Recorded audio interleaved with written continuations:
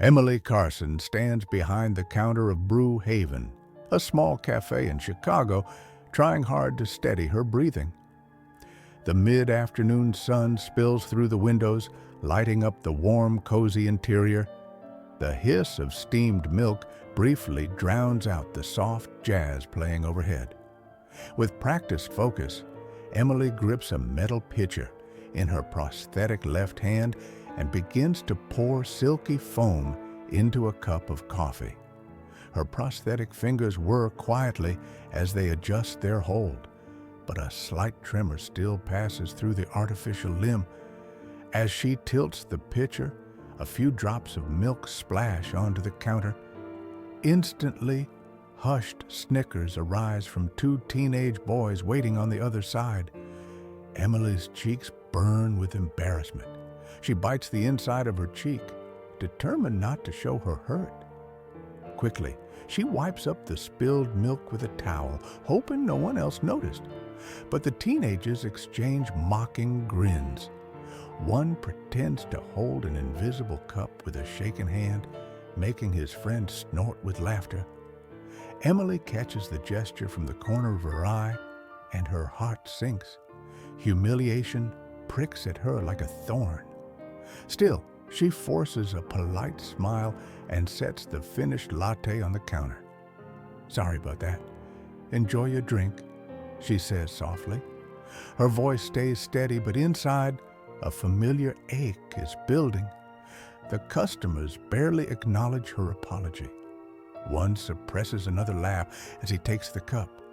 Emily lowers her gaze, heat flooding her face. She feels the weight of other eyes in the cafe, some sympathetic, others curious, and a lump forms in her throat. She wants nothing more than to shrink away, to hide her prosthetic arm behind her back. "They don't know me," she reminds herself. "They don't know what I've been through." That thought is the only thing keeping her composed, a quiet refrain of dignity in her mind. Suddenly, the bell over the cafe door jingles, cutting through the awkward moment. A tall man in a crisp military uniform steps inside, and the room falls into a hush, as if the volume has been turned off. Emily looks up from the espresso machine, grateful for the distraction, until her eyes meet the newcomer's face. Her breath catches in her throat. The man is in his late 50s, with silvering hair under his service cap and a chest full of medals. Emily's mind races. She knows this man.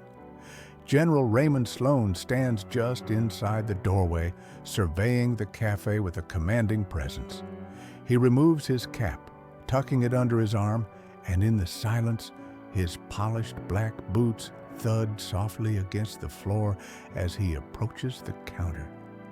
The two teenagers, mid-chuckle a second ago, straighten up instinctively at the sight of the uniform.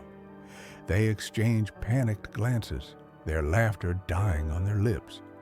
A few other patrons sit up a bit straighter as well, eyes wide at the unexpected sight of a high-ranking officer walking into a coffee shop. Emily feels rooted to the spot. Her heart pounds as General Sloan comes closer. She wipes her hands on her apron, suddenly aware of the coffee stains on it, of the loose strands of hair escaping her bun, and of course, the prosthetic arm at her side. Does he recognize me? She wonders. It's been years. Part of her wants to salute, but she's not in the army anymore. She's just a barista now. Before she can decide what to do, the general halts in front of the counter. For a moment, he simply looks at her, his lined face unreadable. Emily swallows hard, her mind flashing back to the last time she saw those keen eyes. Then, to her astonishment, General Sloan offers her a firm, respectful salute with his left hand. The gesture is deliberate and unmistakable. Gasps ripple through the quiet cafe. Emily's world seems to stop. She automatically straightens her posture, eyes wide in disbelief. Her own right hand flies up toward her brow in a return salute before she even realizes she's doing it. Yet here he is, honoring her. For a beat, nobody moves or speaks. The teenagers' mouths hang open in shock. One of them nearly drops the pastry he was holding. The very same customers who had been laughing at Emily seconds ago now stare in stunned silence. In that moment, Emily Carson is not just a barista with a clumsy prosthetic arm. She is someone important, someone worthy of a salute from a decorated general. But who exactly was Emily Carson, and why did a general honor her in such a way? To find out, we have to go back a few years, to a place far from the quiet comfort of this café. If you believe true heroes deserve respect over ridicule, subscribe for more inspiring stories. Northern Iraq, 2017. Several years earlier, the roar of helicopter blades and the rattle of gunfire filled the scorching desert air. 21-year-old Emily Carson braced herself in the open door of a UH-60 Black Hawk as it thundered low over a dusty road. Sand and smoke swirled around the aircraft. Emily's heart thumped against her ribcage, adrenaline coursing through her veins. With both hands, she gripped the handles of her mounted machine gun.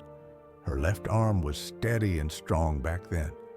Below, a convoy of U.S. Army Humvees was pinned down by enemy fire in an ambush, and Emily's Black Hawk was swooping in to provide cover and evacuate the wounded. "Hang on, we're taking fire," the pilot's voice crackled in her headset. Tracer rounds streaked up from the ground, whizzing past the helicopter. Emily leaned out on her harness and returned fire into the dunes where the enemy was hidden. She grit her teeth and kept shooting, suppressing the hostile positions as best she could. Suddenly, a fiery explosion rocked the Black Hawk.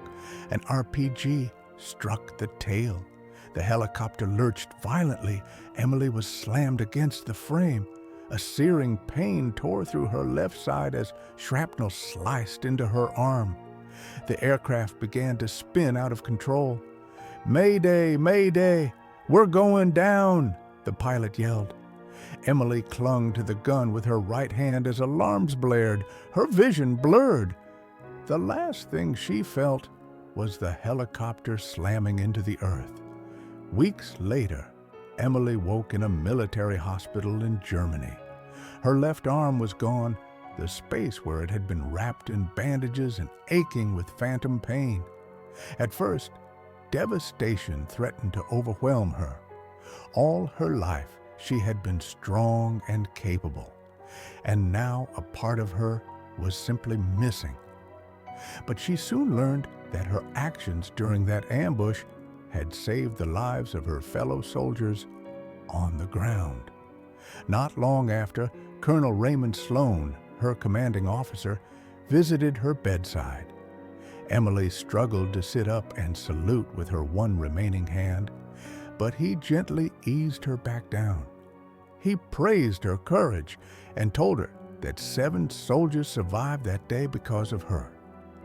Then he opened a velvet box and pinned a purple heart to her hospital gown before coming to attention and saluting her. Tears blurred Emily's vision as she returned the salute as best she could. Her sacrifice, he promised quietly, would never be forgotten. Recovery was painful and slow. Physical therapy tested her limits, but Emily refused to give up. With time and determination, she relearned how to do everyday tasks with one arm and gradually adapted to a state-of-the-art prosthetic left arm. The Army medically retired her, and in 2018, at age 22, she returned home to Illinois with a chest full of medals and a heart heavy with memories. Adjusting to civilian life in Chicago was its own battle. Loud noises made her jump, and crowded places set her on edge with flashes of anxiety. Still, Emily pushed forward. Needing a fresh start, she eventually took a job at a popular coffee shop called Brew Haven. It wasn't a grand career move, but it was honest work and surprisingly soothing. The hiss of the espresso machine and the rich aroma of coffee beans gave her a sense of calm and routine. Not everyone who came into the cafe was kind. Some customers would stare at the metallic prosthetic peeking from her sleeve or ask blunt, intrusive questions. Emily would answer politely, then retreat to the supply room for a minute to collect herself. She'd close her eyes and remind herself, they don't know. They haven't seen what I've seen. It was the mantra that kept her anger and hurt in check. Still, each day was a quiet battle. Emily fought to remain patient and not let bitterness take root. She missed the camaraderie of the army, the feeling that someone always had her back. But she carried on with determination, serving every latte and cappuccino with a courteous smile, one cup at a time. Have you ever judged someone without knowing their story? Share your experience in the comments. By early 2025, Emily had been at Brew Haven for over a year. Most days passed without incident, but on one particular afternoon, her silent struggle for dignity would be tested in a way she never saw coming, and nothing in the cafe would ever be the same. It was a Tuesday afternoon, and the familiar jingle of the cafe's doorbell cut through the quiet. Emily looked up from wiping the counter and felt her stomach drop. 3 college-age customers strolled in, the same trio of youths who often lingered and snickered about her arm. They were mid-laugh about something on a phone as they approached the counter. Emily mustered a polite smile. "Hi there, welcome to Brew Haven. What can I get started for you?" she asked, her right hand hovering over the register. The tallest of the young men, wearing a backwards baseball cap, smirked. "Yeah, I'll take a grande caramel mocha, extra whip," he said. His eyes flicked to Emily's prosthetic arm. "Think you can handle that?" Emily's jaw tightened almost imperceptibly. She entered the order. "Grande caramel mocha. Got it," she replied evenly. Turning to the second young man, she asked, "And for you?" "Medium iced latte," the shorter friend said, suppressing a grin. "No rush, take your time," he added, drumming his fingers on the counter as if to test her. Emily nodded, ringing them up. The third of the group, a young woman, stood a step back, fiddling with her phone and casting Emily an uneasy glance as she ordered a simple green tea. With the orders taken, Emily set to work making the drinks. Her heart pounded, but she focused on the task, trying to block out the pair of boys who hovered nearby, snickering under their breath. She could feel their eyes on her every movement. As she steamed milk for the mocha, her prosthetic hand trembled slightly. A splash of milk foam escaped the pitcher and spattered onto the counter. "Oops," the tall boy drawled loudly. "Better be careful. Might short-circuit something." His friend snorted with laughter. Emily's cheeks burned. She quickly wiped up the spilled foam, pretending she didn't hear them. She poured the mocha into a cup, added a generous swirl of whipped cream on top, and capped it. Next, she prepared the iced latte, her motions brisk but tense under the trio's watchful gaze. Despite her nerves, she managed to finish both drinks without further mishap. She set the 2 finished drinks and the cup of tea on the counter. "Grande caramel mocha, medium iced latte, and 1 green tea," she announced, forcing a courteous tone. The young woman stepped forward to take her tea with a quiet, "Thank you," but the 2 boys were still eyeing the mocha in Emily's hand. A bit of whipped cream had drizzled down the side of the cup onto the saucer. The tall boy let out a low, derisive chuckle. "Wow, look at that. Little messy, isn't it?" he remarked as he took the mocha from her. He stared at the dripping whipped cream, then shook his head in mock disappointment. "Maybe this job's a bit above your pay grade, huh?" His friend snickered, shaking his head.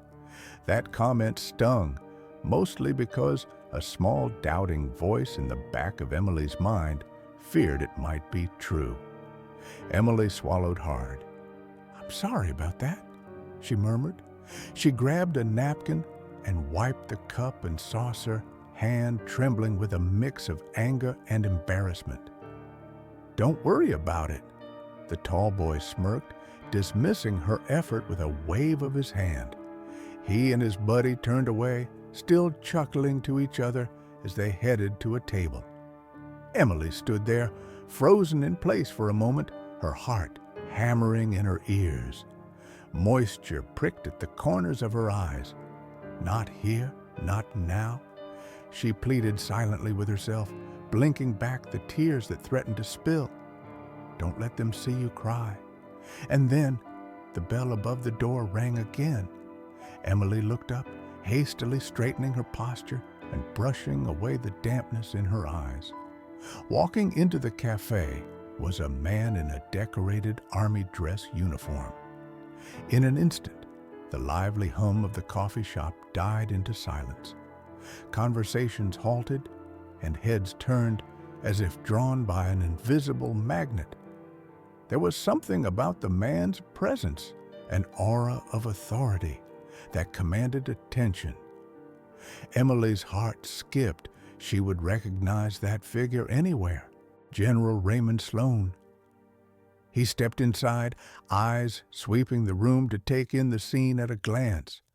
His gaze flickered first to the two young men at the table with their drinks, then to Emily, behind the counter. Emily's breath caught in her throat. She saw the general's jaw tighten subtly as he registered the tension in the air. The college boys had gone rigid. The tall one scrambled clumsily to his feet, nearly knocking over his chair, and his friend stood up so fast he almost tripped. Neither of them seemed to know whether to salute or simply shrink away. Their bravado had evaporated. The young woman with them also rose, her eyes wide and anxious. General Sloan moved with purpose toward the counter. He removed his cap as he walked, tucking it under his arm. Each measured step rang out in the hush. Emily felt rooted in place, her heart thudding so intensely she wondered if he could hear it. She quickly smoothed her apron and mustered whatever composure she had left. When the general reached the counter, he paused and offered Emily a gentle, familiar smile that calmed her nerves just a bit. "Sergeant Carson," he greeted her warmly, his deep voice cutting through the silence. "It's been a long time." Emily's throat tightened. For a second, she forgot about the apron, the café, the onlookers. It was just her and her former commanding officer. Yes, sir," she managed to reply, barely above a whisper. The sound of her old title, sergeant, on his lips sent a jolt through her. She couldn't believe this was happening here and now. The entire café seemed to hold its breath, waiting to see what the general would do next. If you believe Emily deserves the honor she's earned, make sure to subscribe to see how this story ends. General Sloan took one step back, straightened to attention, and then, very deliberately, raised his left hand in a crisp salute. The entire café seemed to freeze in that instant. Emily felt her heart swell into her throat as she realized the significance of the gesture. Without hesitation, she brought her right hand up and returned the salute, standing as tall as she could. A highly decorated general was saluting her. the humble barista with one arm. All around them, silence hung in the air. The two young men who had been mocking Emily were as pale as ghosts, their mouths agape. Every patron watched in astonishment, eyes darting between the general and the young woman he was honoring. Time stood still, captured in this extraordinary moment of respect. Then a lone voice spoke up, filled with sincere gratitude. "Thank you for your service." The quiet words broke the spell. One person began to clap, and then another. In seconds, the entire café erupted in warm applause. It was genuine and wholehearted, a sound that sent goosebumps rushing over Emily's skin.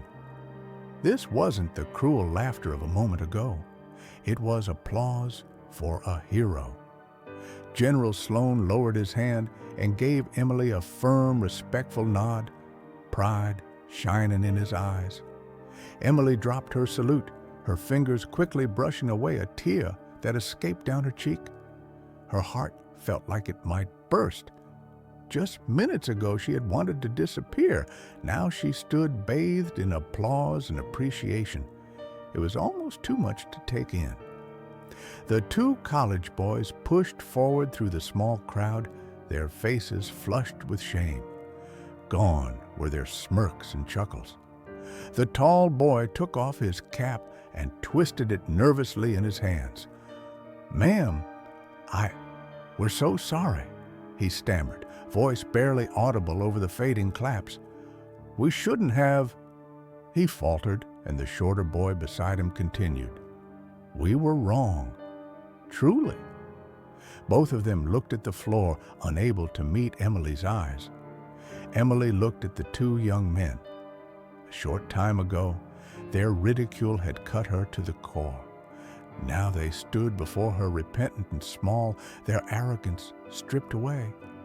Her anger had evaporated, replaced by empathy and a quiet sadness for them. She managed a gentle nod. "Thank you," she said softly, accepting their apology. There was nothing more that needed to be said.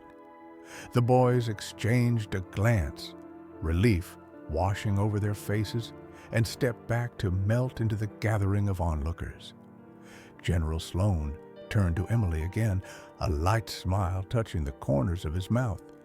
In a tone as casual and kind as if they were back on base, he said, "I came in for a cup of coffee. Think you can spare one for an old officer, Sergeant?" There was a ripple of polite laughter in the room. Just a few chuckles here and there, but it eased the last remnants of tension. A real smile, bright and unrestrained, spread across Emily's face. She let out a breath she didn't realize she'd been holding, and nodded. "Yes, sir, it would be my pleasure," she replied. Her voice was clear and confident. The weight she'd been carrying all day, and perhaps in some form for years, felt lighter than air. Moving on instinct and pride, Emily set about preparing a fresh cup of coffee for the general. This time, her hands were steady. She poured the brew into a cup and placed it on the counter. When she tried to refuse the general's money, General Sloan simply smiled and dropped a generous bill into the tip jar. Cup in hand, the general extended his other hand across the counter. Emily clasped it in a firm handshake. "Proud of you, Emily," he said in a low voice meant for her alone. He had switched from calling her by rank to her first name, and the warmth in his tone made her eyes brim with tears again. "You've turned out just fine." Emily's throat tightened with emotion. "Thank you, sir," she managed to say, her voice husky but full of gratitude. In that handshake, all the years of doubt and struggle seemed to crystallize into something meaningful. She realized that he had always known her worth, even when she herself sometimes forgot it. General Sloan released her hand and gave a final brisk nod. Then, ever the officer and gentleman, He put his cap back on and turned to depart. As he walked through the hush to the door, people stepped respectfully out of his way. The two college boys straightened up as the general passed, their backs stiff, as if trying to show the respect they hadn't shown earlier. One of them whispered a quiet, "Thank you, sir," as the general walked by. The general tipped his head kindly in acknowledgement. The bell jangled softly as the door opened and closed, and then he was gone. For a long moment, the cafe was quiet except for the faint music still playing through the speakers. The whole place seemed to exhale at once. Gradually, the low murmur of conversation picked up again, but it was different now, softer, more thoughtful. People glanced in Emily's direction with smiles or misty eyes. A few approached the counter just to say a kind word or to pat her shoulder and whisper, "Thank you." Emily responded with humble nods and modest smiles, still a bit overwhelmed. Everything had changed in those few minutes. Emily was no longer invisible, no longer the target of cruel giggles or pitying looks. To everyone in that cafe, she was something else entirely. A person of honor, a veteran who had sacrificed for others, a quiet hero they had been lucky enough to meet. Those who were there that day learned a powerful lesson. They saw that appearance does not determine a person's value. They understood that a disability is no barrier to honor or courage. And they were reminded that real heroes often live quietly among us, the humble figures in everyday life whom we might overlook. As for Emily, she continued to do what she'd always done. The next morning, she opened the shop, tied on her green Brew Haven apron, and served coffee with steady hands and a warm smile, but there was a new lightness in her step. She held her head a little higher now. Emily knew that she had earned the respect of those around her, and more importantly, she finally felt proud of herself again. In the days and weeks that followed, customers, even those who hadn't been present, treated her with a new warmth after hearing the story. And those two college boys? They never laughed at Emily again. Each time they visited, they were polite, even friendly, as if determined to make up for their past behavior. Emily's quiet courage had been recognized, and nothing could ever take that moment away from her. In the cozy glow of that Chicago cafe, amid the whir of espresso machines and the scent of coffee beans, a simple act of respect had transformed an entire room of people. And Emily Carson, who had fought battles both on the field and in her heart, was finally able to feel at peace, a hero in plain sight, serving courage and kindness one cup at a time.